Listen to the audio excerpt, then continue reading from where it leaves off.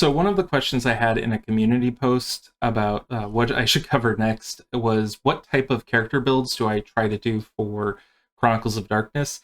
Now, for the core Chronicles of Darkness characters, this also includes vampires, mummies, and etc., because the core abilities can transfer across all the game lines. I will gravitate towards professional training, which gives you bonuses to a couple of skills, a little bit more later on, but each dot of it gives you extra stuff, including extra dots in the contacts merit, which is essentially you're getting free dots in another merit by taking professional training.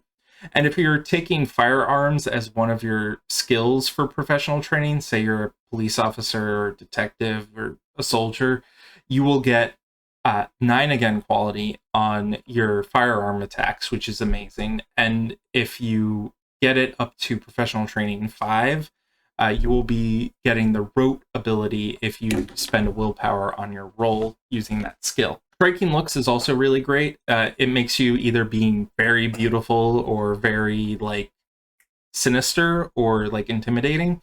It's just a +2 to any social roles based on your appearance, and that can be a positive or a negative depending on what you want. But really what it is a +2 to all your social roles, which is great because it just boosts your social capabilities that much more. Lastly, as far as the merits go, common sense is a good merit to always take. It just allows you to ask a question to your GM. It's usually, I think, a yes or no one, but the GM can like agree not to answer it, I think, and the player will get like willpower back or something, I think. If that's not the case, it's my house rule if that happens. But it's just a good ability overall. As far as like a skill that you really need to focus on for Chronicles of Darkness, regardless of the game line, it's athletics is a skill that you should always take some of because it will boost your defense. So your defense is the lower of your dexterity or wits, and plus your athletics, it will increase it to say something like if you put 5 in athletics, you'll get like 7 if your defense is normally a 2. It's very useful, and if you have an ability to apply defense against ranged attacks, that such as having celerity or similar types of abilities in the various different game lines, it's great to have. As we go into Vampire the Requiem, there are a few disciplines I really like. That's stuff like Obfuscate, Auspex, Celerity. Celerity is not as powerful as it was in Vampire the Masquerade, where you would get extra turns, but what it does grant you is defense against firearms, as well as a few other things, such as like extra speed and other and things of that nature. I really like abilities that increase your defensive capabilities because it means your character is more tanky, but I also like abilities that give your character more attack power. That stuff is usually not in Vampire, though, I think. However, there was a case, and I'll put a link up here, where my players, I tried to kill them with werewolves, and it was just to give them a bigger challenge than they're used to. One of my players had a discipline that basically allowed him to stack ability aim, so that it was a devotions that would allow him to stack his aim, and that meant that he could essentially one-shot a lot of enemies. It was pretty it was called Quicken Sight, I believe, and he was able to basically stack it with another ability. It was pretty broken. As far as Vampire the Requiem goes, Obfuscate is a great stealth ability. Not many people will figure out how to deal with it, though there is a thing that gets called out where you can use context clues to find people. Auspex is also a really good one because it allows a player to sort of have that common sense ability, but more direct. Whereas, like, common sense, a GM might not be able to give you a direct answer. Auspex kind of is. Like, you ask any one of these questions, and you say, what's the most dangerous thing in the room? And if the GM says, oh, it's that bush in the corner, you know you're going to focus on that bush in the corner. Werewolf the Forsaken is one of my favorite ones, and if you're in the LGBT plus community, or if you're trans specifically, I feel like Luna's Embrace was built for people who wanted to try and experiment with gender fluidity or being trans. Specifically, Luna's Embrace is an ability where you can transform into the opposite gender of your character, and they have clarified that you can use it to sort of like stop in between, so you can be a non-binary version of your character, which I think is very wonderful, and I feel like people should check it out if they want to try and experience that way of gameplay. In other cases, though, for combat, we have moon gifts that I really like that are Araka's Eviscerate ability, which is a surprise attack that gains the rope quality. And then there's the Rahu's full moon gift called Killer Instincts, which gives you a 8 again quality on your unarmed attacks. So you're basically being a very beefy warrior. Additionally, because I played an Araka, I really like Shadow Pelt plus Pack Stalks the Prey. It's a pretty good combo where you share your stealth roll results with your other party members. And if you use Pack Stalks the Prey together with it, you're rolling like a lot of dice with a rope quality on it, and then you're giving that result to your other fellow players, which is great. As far as the Mage the Awakening game goes, I don't have too much in line of advice for people for what is a good ability and what's not. Prime is really good because it gives you access to the ability of like identifying magical effects regardless of what area it's in. If it's or arena it's in. I always forget what the arcana are called. I think it's spheres in Mage the Ascension, but in any case, Prime really helps with that. Fate, I've seen players argue Fate a lot in the way of, if I use Fate to harm someone who is a sleeper, it's not technically exposing them to magic because they don't know it's magic. But to me, that seems like a cop-out, and even if it's not visibly magic, it's still a magical effect applied to someone directly, and that should count as exposing a sleeper to magic. But other things that Mage players have that are really potent are like any of their lethal attack abilities that they get at 4 dots usually has a reach effect to do aggravated damage, and getting aggravated damage is something that not a lot of splats can do. It is potent and very powerful.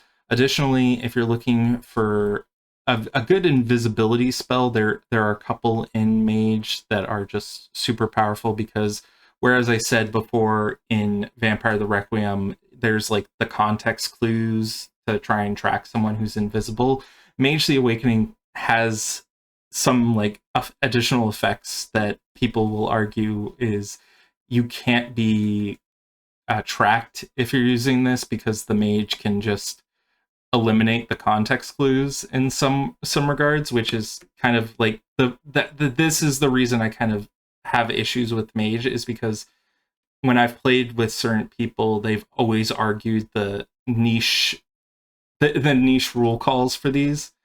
I haven't had too much of a problem with my current group, which I did an actual play of, and I'll post a link here, hopefully to the Patreon for the moment, but those videos are coming out where I play Mage the Awakening actual play. It's 4 episodes long. We had a fun time with it. I really want to run more games with that group. I'm not sure if I'll keep going with Mage. I'm definitely looking forward to Curseborn, which is coming out next month, as far as an Onyx Path, Story Path Ultra-based urban fantasy, urban horror game.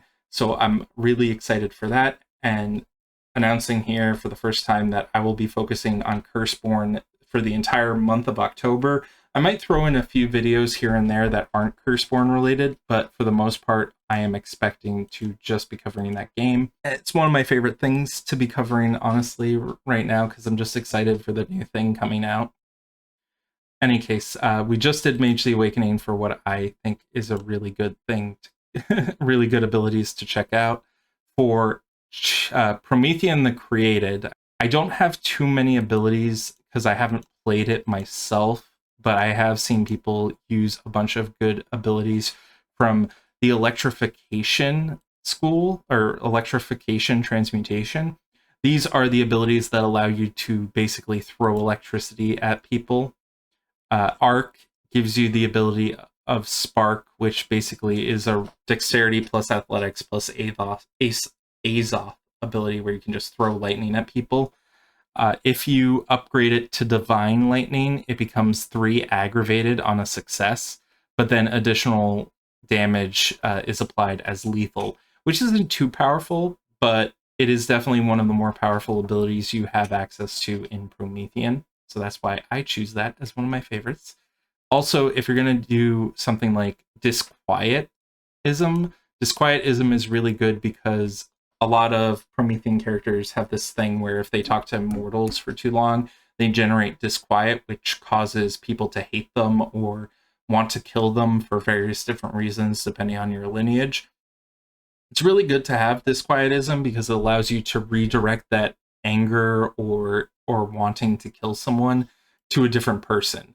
So oftentimes a Promethean might do that to a normal human that's kind of gone on their bad side just so that they can like get rid of that quality. It's fun. I enjoy it, but I haven't had a chance to use it myself. Now, we do have Changeling the Lost, which I have played. I've done it as a GM mostly, but I really like how Changeling the Lost has their abilities set up. Some abilities, I would say, there's a combo with the Beast Kith, I think it is, or is it the Beast Seeming? It's the it is the Seeming. The Beast Seeming allows you to have an ability which I think is called the Lethal Mean, or it is a blessing. Their blessing is you may choose to deal lethal damage with unarmed attacks, and then there is the Lethal Mean merit, which allows you to essentially turn your unarmed attacks into lethal. But if you are already getting lethal attacks from your unarmed attacks already, it upgrades them to aggravated, which is a great way of getting aggravated damage off if you're able to. It's a good one. Honestly, I've used that myself on NPCs, and it's been very great. Additionally, there is a way to do arranged aggravated damage, which is a Summer Court contract. I believe it is called Helios's Light. No, it's not Helios's Light. It's Helios's Judgment or something. Yeah, spend 1 glamour and 1 willpower to do ranged aggravated damage, which is amazing. You don't... Changelings can be very scary. It is funny because you're not often... Like, changelings, as far as like the power curve goes, they're typically seen as lower end. Camera Shy is a good ability. There's also a bunch of the crown abilities that are pretty good that are like Hostile Takeover, which allows you to take control of a building. Some stuff, I think there's a thing where you're allowed to basically grab items. There's like a summoning ability where you can grab items from different things. Honestly, a lot of the abilities Changeling get are awesome. I can't restate that enough. After Changeling is Hunter the Vigil. Hunter the Vigil is very similar to the other books, honestly, to the main core rulebook. Hunter the Vigil 2nd edition, though, does have a bunch of things called tactics, I believe. There are some tactics that, yeah, here it is, mental and physical tactics. Having identification allows you to identify a target of like what they're like. It gives you evidence and research about a target. Monster lore allows you to figure out things like bans and banes, I think. Called shot, always good because it allows you to hit the weak point of an enemy. Then you have stuff like controlled emulation is probably a really good one, because that's basically the ability to set fire to an enemy and keep it burning. And a lot of enemies, if you use the Chronicles of Darkness rule set, have weakness to fire. Vampires, mummies, Prometheans all have weaknesses to fire, so it's pretty good just to have that. And other things that don't have weaknesses to fire aren't immune to it, so it works out. So after that, we do have Geist.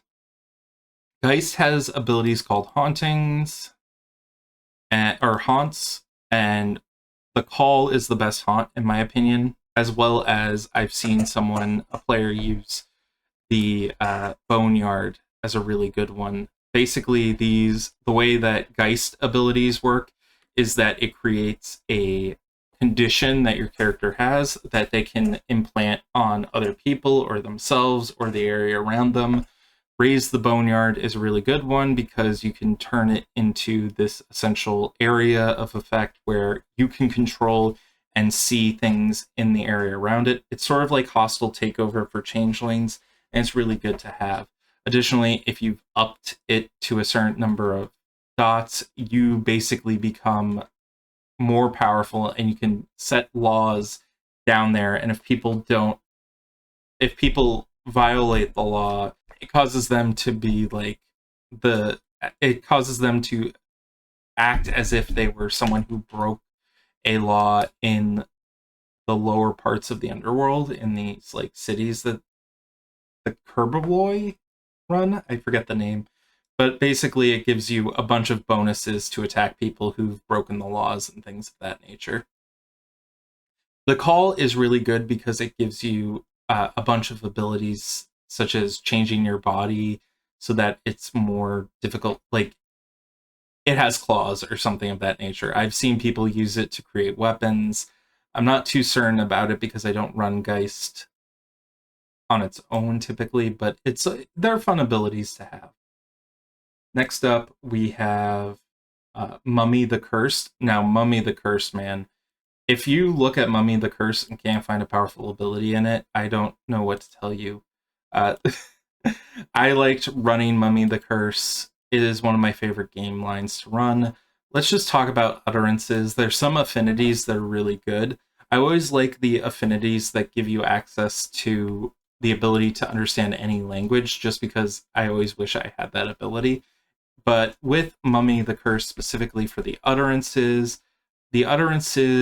have various tiers, 1 through 3. And when you first start out as a mummy, you're at Sekem 10, which is the highest tier a mummy can be, as opposed to starting at a power stat of 1 like other splats do. And so one of the best abilities to have is Blessed is the God King, which basically turns your Arisen into an avatar of their judge. It increases your attributes by 2. It sets you at Sekem 10, even if you weren't at Sekem 10 before, for purposes of reinforcing attributes with pillars, including the Sabaris on witnesses who see your divine form. It also allows you to manifest a divine weapon that is 3 lethal and has the 8 again quality. It also requires people to spend willpower in order to attack your character, and you may choose to immediately end it once you suffer damage or something of that nature. But it is just a really good ability, and if you have different defining pillars, it gives you additional benefits. One of my favorite things to do with this was I actually applied it to my bodyguard, because my bodyguard was a shoots was basically the special character type that allows them to use my utterances on them, which was awesome. Some people might say that the summoning a giant meteorite to crash into the earth is a good one. I believe that one's called Invoking Tempest's Fury or something. It is the one that summons a meteorite, if it's not that one, is very not useful to use, because honestly the mile radius of the explosion is so big that you're going to level most major cities. So not something I would use. Other than that, I can't think of any other abilities that I really liked from mummies. Oh, Rebuke the the Vizier is a must-have if you're going up against anything that's magic related, because you can sort of cancel out magical abilities so long as they are magical abilities that are not being casted on someone has casted on themselves. So, for instance, you can't rebuke the Vizier for an ability like a werewolf's shape change, but you can use it on, say, a mage trying to cast a spell to transform someone else and things of that nature. I had a lot of players who really hated me for using that ability, because fellow players who hated it when my character used that ability, because I essentially locked them out of casting spells. I apologize, kind of, but they were still able to use their core abilities if they wanted to, as on themselves. They just couldn't do it to other people. Demon the Descent is one of my favorite game lines. I know it by heart, and I will say the demonic abilities that you can have, there are embeds, exploits, and demon forms. The best Demon the Descent embed is Merciless Gunman, hands down. You roll your dice, and as many successes as you roll is how many mortal characters die that you're like targeting. So if you're going up against like hired goons or hitmen, you can just immediately like kill them with down and dirty combat. It is very nice, and if your GM rules that you can't use that aspect in this scene, which I used a lot of times because my players weren't going up against normal enemies, you get the 8 again quality on your firearm attacks, which pairs really well with the exploit Hellfire Rounds, which turns your gun from a lethal weapon into an aggravated damage weapon, which is the highest damage that you can do.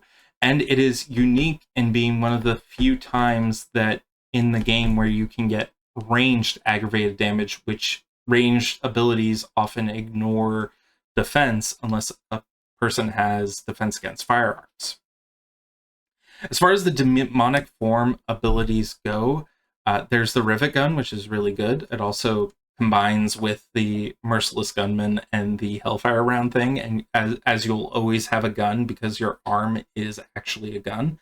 Other than that, there's stuff like Armored Plates, which give you armor built into your character. You can also have ways to get prophetic visions and things of that nature.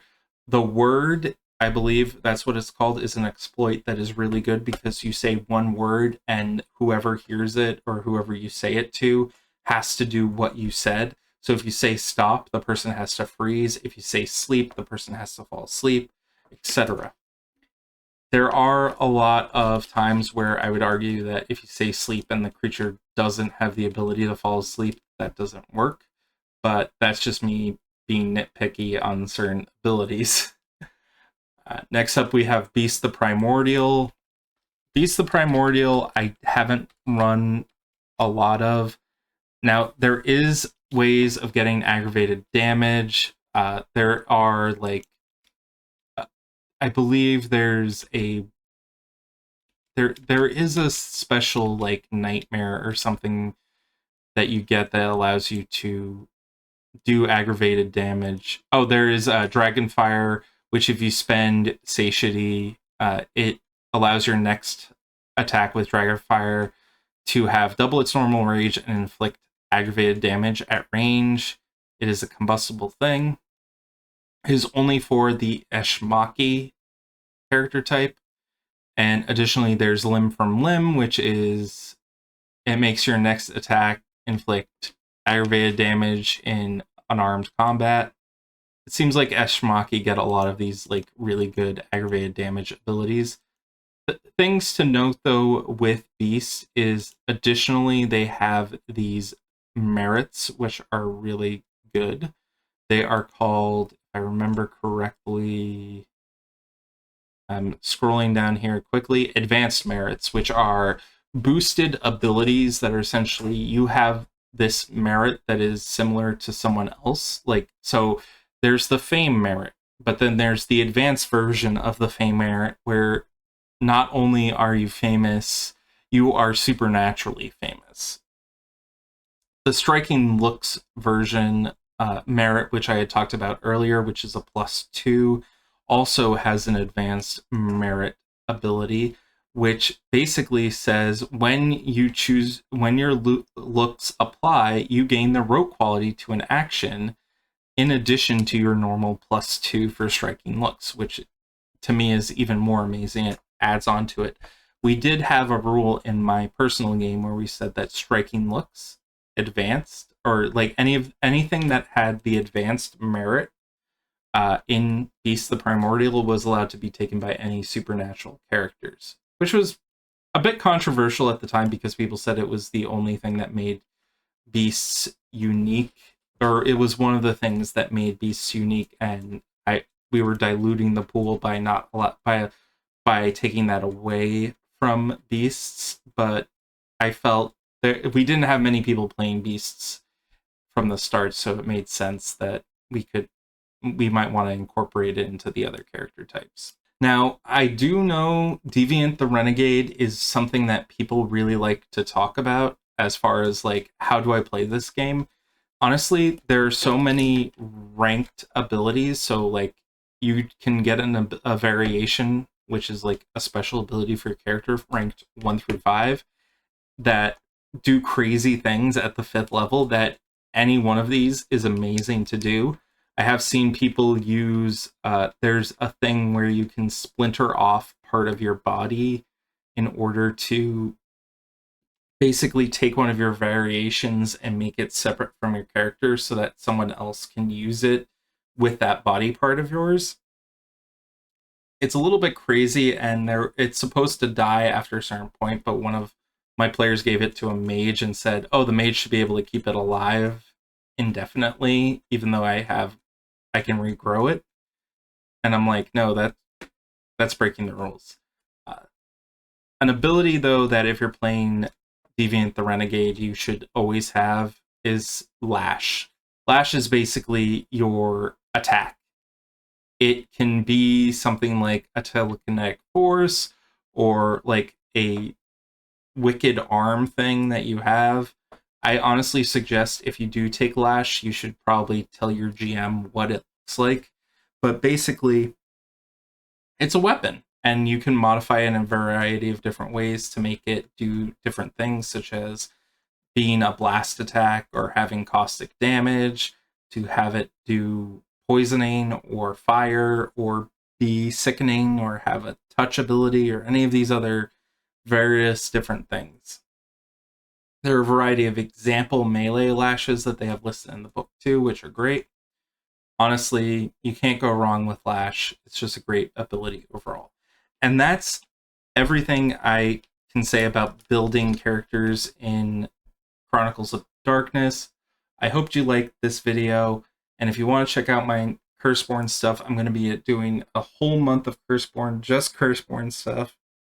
And I'm going to be covering Curseborn Tuesdays on Onyx Path's Twitch stream. I'm going to try and keep to that schedule as much as possible at 8 p.m. Eastern Daylight or Standard Time, depending on when the times change, in order to cover the manuscripts that get released. And it's a beginner's guide, so you get to see everything and make the decision for yourself if Curseborn is something that you want to check out. Thank you so much for watching. I'm not editing this video that much.